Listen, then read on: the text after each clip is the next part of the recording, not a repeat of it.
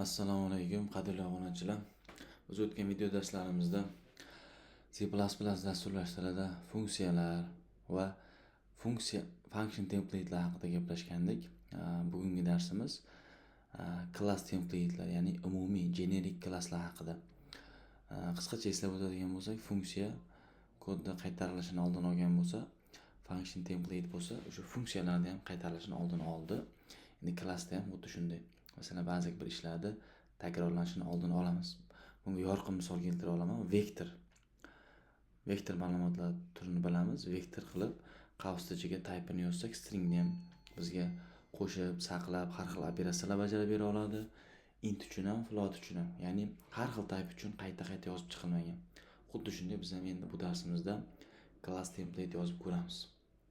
Xo'p, nazariy ma'lumot sifatida ozgina qisqacha tanishib ketamiz. Bu Xworks dan olingan function template'lar haqida buni o'tgan darsimizda eslaymiz. Xo'p, pastidan class template'lar haqida gaplashamiz. Class template'larda mana class template beriladi, keyin class berib ishga tushiriladi. Ichida har xil funksiyalar yozish mumkin. Xo'p, kelinglar biz ham bir soddasini yozib ko'raylik, keyin murakkabroqlariga o'tamiz.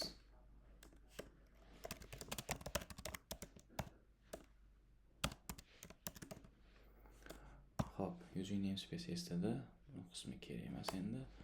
Xo'p, bu yoqqa classdan oldin mana template kal so'zi bilan type name t qo'yib olamiz. Shu bilan endi nima? Class kal so'zi va masalan das deb qo'yishimiz mumkin. Tugaydi mana. Xo'p, bu hisobda mana template'ni qo'ydik, class kal so'zi va nomini berdik va qavslarni ochdik. Endi ichkarida funksiya va atributlarni e'lon qilishimiz mumkin. Xo'p, kelinglar biz oldingi darsimizda ishlatgan oddiy add degan funksiyasini ishlatib ko'raylik. Yoki hozircha misolda berilgan oddiy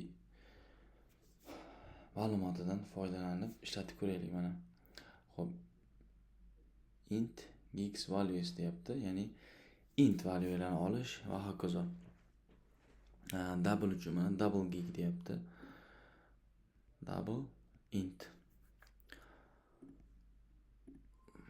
Xo'p, buning uchun nima qilamiz?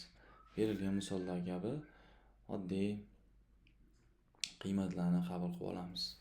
Masalan, aytaylik, klassga konstruktor yozib ketsak ham bo'ladi. Konstruktor bu klass qiymati yoki o'sha klassni bizga yaratib beradigan qismi. Mana konstruktor yozib ketgan, bu klass nomi bilan deyarli ham funksiya bo'ladi. Klass nomi bilan bir xil bo'ladi va qolgan qiymatlarni ichidagiga tenglab qo'yadi. Xuddi shunaqa tushunsak bo'ladi. Xo'p, yoki shunchaki biz berib ketsak ham bo'ladi. Public berilgan o'sha type'da masalan int bersak int, float bersak float saqlab bersin.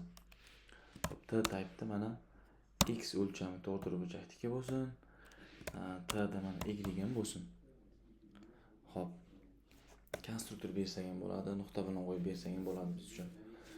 Konstruktor beradigan bo'lsak, xuddi shu dars nomini qo'yamiz, qavs yoki kal so'zlardan foydalanamiz. Xo'p, endi shunchaki mana t type qaytaradi. Mana bunda ham shunchaki bu ekranga chiqarar ekan get values. Bizda o'sha type qaytarsin. Masalan, to'g'ri burchak deb tasavvur qilaylik. Bo'lmasa mana buni xo'p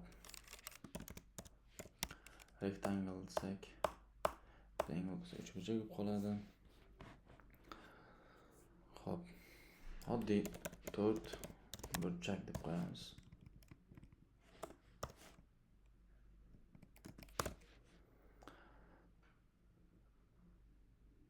T burchak deb qo'ydim soddaroqlik uchun. T burchak. Xo'p, endi shu T type'ida nima qaytaradi? Xo'p, perimeter degan metod bor. Unga hech narsa berish shart emas. U lekin bizga return qilib nima qiladi? X va y deb qo'shib 2 ga ko'paytirib qo'yish kerak. Hop. X plus y ko'paygan 2. Hop, kelinglar oddiy holatda shuni ishlatib ko'ramiz. Endi mana qaysi type berishimizni ko'ramiz. Mana birinchi klassning nomi, keyin uchburchak house bilan uni type'i, keyin o'zgaruvchini e'lon qilamiz. Hop, mana bizniki t burchak edi. Kelinglar hozir faqat int ishlaymiz. Mana bizni birinchi t burchagimiz. Endi t ga hozircha o'zimiz x beramiz. Masalan, bir tomoni 4, t ni y ga bir tomoni 6 bo'lsin. Endi siyot qilib ekranga chiqaramiz. O'sha t burchakni perimetr degan metodini. Xo'p, shunda ishlash kerak. Ya'ni 4 ga 6 ni qo'shib 12 ko'paytirib 20 chiqarib berish kerak. Mana bizga 20 deb chiqarib berdi. Endi qaranglar. Xuddi shu type'ni men nima uchun yozmoqchiman? T burchak. Hop, float uchun yozmoqchiman. TF deb yozib qo'ydim buni. Bilsin, mana TF ni x tomoni 4,5 bo'lsin. TF ni y tomoni 5,5 bo'lsin. Shunda ham perimetri 20 chiqib keladi. Ya'ni qo'shsak 10, 2 ko'paytirsak o'zlaring bilasizlar, 20 chiqadi. Hop, TF ni perimetr. Hop, tugmani bosamiz. Mana 20. Hop.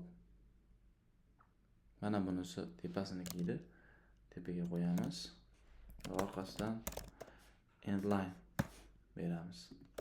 Shunda tagidan chiqib keladi mana 20. Endi buni kasrligini bilish uchun mana bunga 50 ga 5 qo'yib qo'yaylik, bunga 7 qo'yib qo'yaylik. Mana shunda kasr qilib chiqarib bersa, float holatda ishlaydigan bo'ladi. Agar bunga 4,5 beradigan bo'lsak, hech qanaqa o'zgarish bo'lmaydi. Sababi kasr qismini tashlaveradi int bo'lganligi uchun. Ya'ni biz int uchun mana bu klassni qayta yozib chiqishdan qutuldik. Int uchun alohida, float uchun alohida, decimal uchun yoki double uchun alohida yozmasdan mana bitta kalit so'z template yozdik va biz uni bemalol shunchaki bitta uchburchak house bilan almashtirib ishlatib ketishni yo'lga qo'ydik. Bu template'larda eng katta bizga beradigan afzalligi. Bas oxirida umumiy xulosa qiladigan bo'lsak shu funksiyalar kodni qaytarilishini oldini oladi, template'lar funksiyani qaytarilishini oldini oladi. Ya'ni bular generic class va generic funksiyalar deyiladi. Umumiy, bular bir nechta type uchun umumiy funksiya yoki bir nechta type uchun umumiy klasslar hisoblanadi bular. Keyingi darsimizda o'zimizda STL ichida bo'lgan mana bu vektor degan data type'imizni qo'limizdan kelgancha implementatsiya qilib ko'ramiz. Ya'ni tayyor vektordan xos ishlatmasdan xuddi shunaqa template yozib, biz oxiriga pushback qilsak, orqasiga qo'shib beradigan, pop qilsak, orqasidan o'chirib tashlaydigan va hokazo funksiyalarni o'zimiz implementatsiya qilamiz keyingi darsimizda.